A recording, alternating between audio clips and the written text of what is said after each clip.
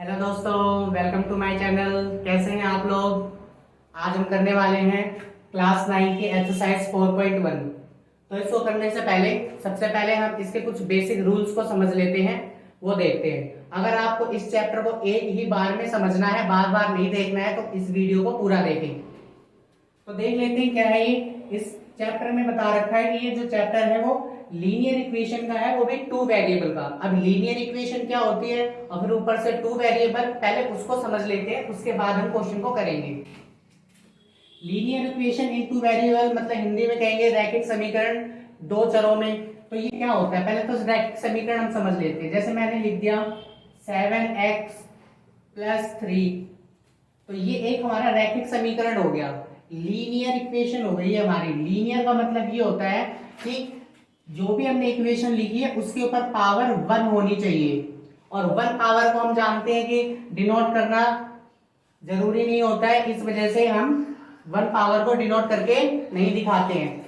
अगर यही इसी इक्वेशन को हम लिख देते हैं 6x² और पावर 2 + 3, तो यहाँ पे पावर 2 आ चुकी है x के ऊपर, तो ये हो जाता हमारा क्वाड्रिक, ये क्वाड्रिक इक्वेशन हो जाती है हमारी। तो इसको हम कहते हैं द्विघात समीकरण। लेकिन हमें चाहिए रैखिक समीकरण यानी लीनियर इक्वेशन, तो यानी पावर होनी चाहिए 1। तो पावर 1 के लिए ये हमने बता दिया। लेकिन अब इसने कहा है कि इसमें होने चाहिए हमारे दो वेरिएबल। अभी तक हम सिर्फ x का यूज कर रहे थे, तो दो वेरिएबल मतलब एक और वेरिएबल का हम यूज करेंगे। अगर मैं कहूं कि मैंने लिखा 6x + 2y + 6 = 0, तो इस इक्वेशन के अंदर x का यूज हुआ है, y का यूज हुआ है, तो इसका मतलब यहाँ पे हमने दो वेरिएबल का यूज करा है, तो हम इसको कहेंगे टू वेरिएबल की इक्वेशन।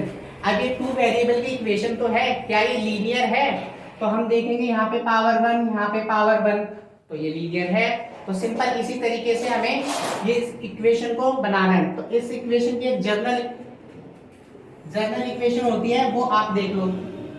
इसको हम लिख सकते हैं ax + by + c = 0।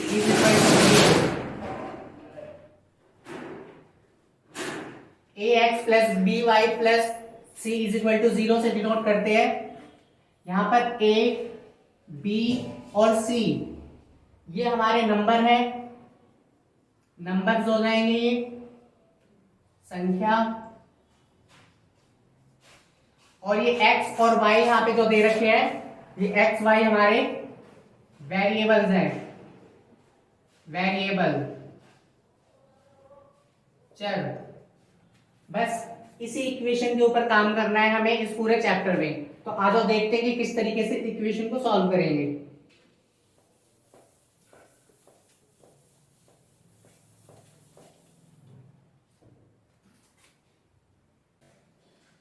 चलो देखते हैं इस क्वेश्चन को। इस क्वेश्चन में दे रखा है कि एक नोटबुक की कीमत एक कलम की कीमत से 2 गुनी है, तो इसको लीनियर इक्वेशन में लिखना है।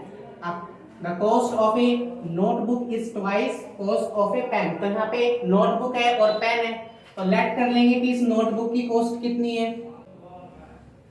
सॉल्यूशन लेट कर लिया हमने, let cost of a notebook, notebook की कॉस्ट को हमने x लेट कर दिया।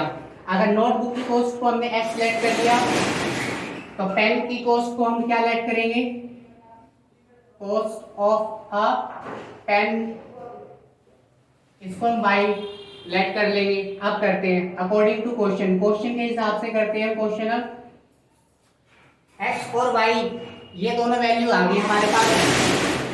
इसमें क्या रखा है कि जो नोटबुक की कॉस्ट है वो ट्वाइस है पेन की कॉस्ट से।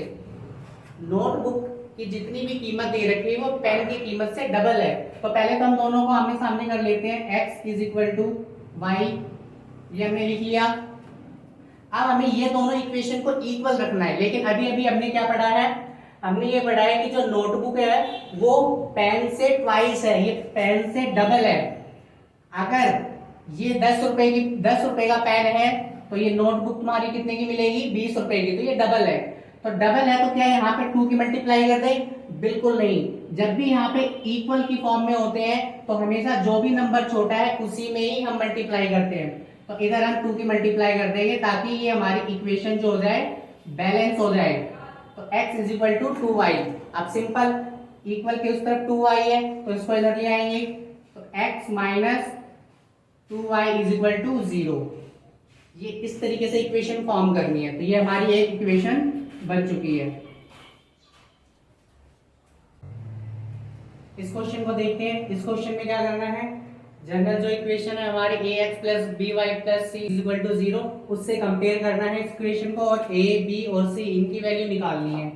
तो सबसे पहले अपनी इक्वेशन लिख लेते हैं, ax plus B Y plus C is equal to 0। तो इस इक्वेशन में हम देख रहे हैं इक्वल की तरफ 0 है, इक्वल की तरफ क्या होना चाहिए, 0 होना चाहिए। तो इसको हम उठा करके इस तरफ ले आएंगे, तो ये हो जाएगा हमारा 2x प्लस 3y माइनस 9.35 पे बार इज इक्वल टू 0। अब ये बिल्कुल इक्वेशन से बिल्कुल सेम है। तो अब यहाँ पे हम देख सकते हैं x से x मैच कर रहा है, तो a की वैल्यू क्या होगी हमारी 2, तो a इज इक्वल टू 2 आ गया। सेम यहाँ पे y से y हमारा मैच कर रहा है, तो b की वैल्यू आ गई 3, b इज इक्वल टू 3। और सेम यहाँ पर c की वैल्यू क्या दे रखी है, यहाँ पर c is equal to minus, sign का भी ध्यान देंगे, जो यहाँ पे साइन है उसी साइन के साथ आएगा, तो माइनस 9.35 पे बार। इसी तरीके से इसके सारे क्वेश्चन करने हैं। इसी तरीके से इस एक्सरसाइज के जितने भी क्वेश्चन है ये उन सभी को करना है, कंपेयर करवाना है, ए और बी और सी की वैल्यू निकालनी है। अगर आपको वीडियो पसंद आई है तो वीडियो को लाइक करेंगे, चैनल को सब्सक्राइब करेंगे, और अगर और भी क्वेश्चन इसके करने के लिए आप बोलोगे तो आप मुझे कमेंट सेक्शन में बता सकते हो। ओके।